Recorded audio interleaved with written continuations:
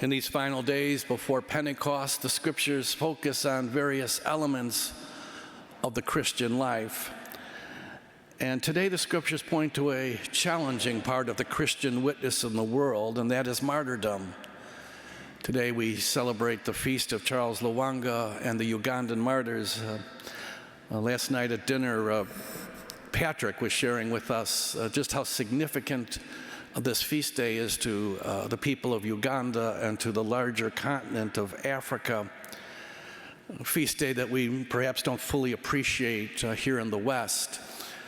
The Charles Lwanga and his companions found themselves defying an order of the king in the early 1800s, and for much of its history, what we know as Uganda was a series of kingdoms, and their history was fighting with one another incessantly.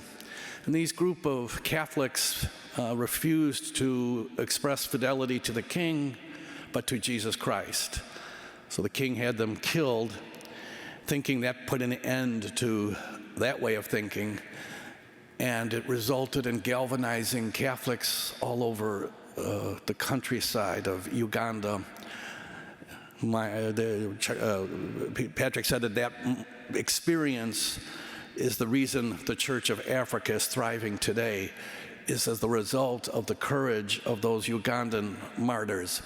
And today, thousands of people from all over the world will visit the shrine of St. Charles Lwanga and the Ugandan martyrs, which is just outside the city of Kampala.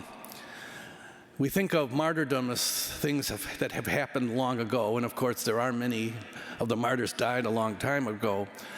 But this feast day reminds us that even in the world today, there are Catholics who are persecuted because of their faith and indeed killed.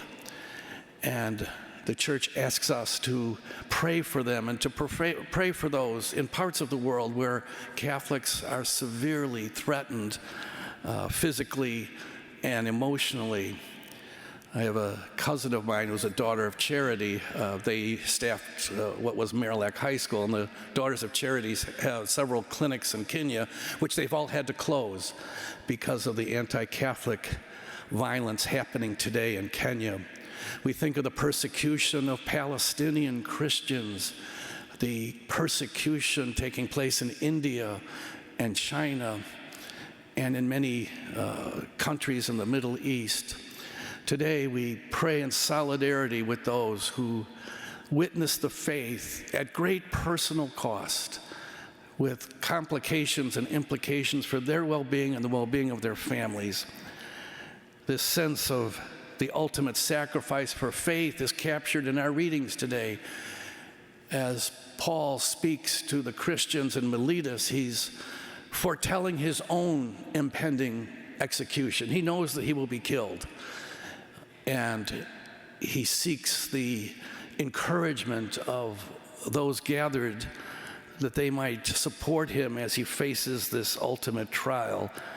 And of course, the gospel is this final discourse, Jesus' final words before he would make his way to the Garden of Gethsemane.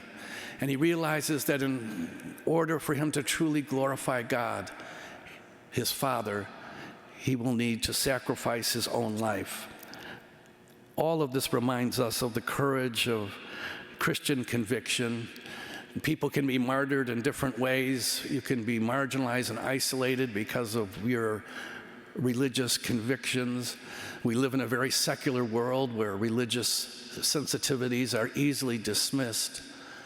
Yet the scriptures today encourage us to carry on and to pray especially for those who are on the front line of persecution because of their Catholic faith.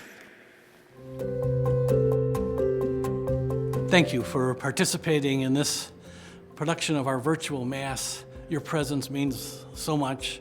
Every day, so many parishioners connect to OLPH through the digital ministry. The digital ministry is one of almost 80 ministries supported by the parish. That's why your support of the parish is crucial, so we can continue to have the resources to fund all of our ministries that touch the lives of many. Thank you for watching, continue to watch, and thanks again for your support.